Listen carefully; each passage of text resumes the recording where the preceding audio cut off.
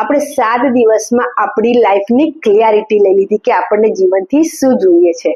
હવે છે ને આજે હું તમને બહુ જ પાવરફુલ ટેકનિક માટે વાત કરીશ અને એ ટેકનિક છે પાવર ઓફ વર્ડ્સ. આપણને છે ને આપણા વડીલો કહેતા કે સમજી વિચારીને બોલવું, કારણ કે આપણી જીભ ઉપર દિવસમાં એક વખત સરસ્વતીજીનો વાસ થાય છે. એનો મતલબ કે યુનિવર્સ છે ને આપણને કેરફુલી સાંભળે છે. હવે છે ને હું તમને મારો જ દાખલો આપીશ કે મારી લાઈફમાં બહુ ચેલેન્જીસ ચાલતા હતા, તો હું છે ને એવું જ બોલતી હતી કે મારા નસીબ નથી સારા, હું આટલી બધી મહેનત કરું છું તો પણ હું રૂપિયા નથી કમાઈ રહી.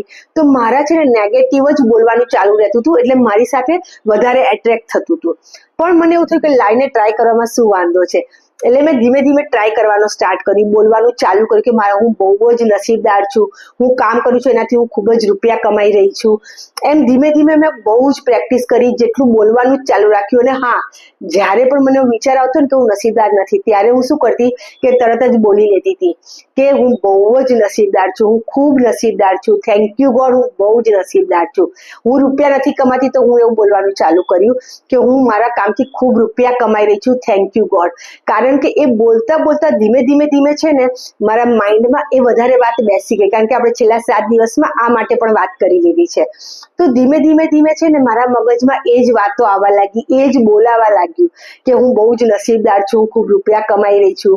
તો મારી પાસે ધીમે ધીમે એ બધી પોસિબિલિટી આવવા લાગી, હું સારું, મારું જીવન સારું થવા લાગ્યું. Remember, think before you speak. કદાચ યુનિવર્સ એ વખતે આપણને સાંભળી રહ્યું હશે તો. Thank you, thank you, thank you.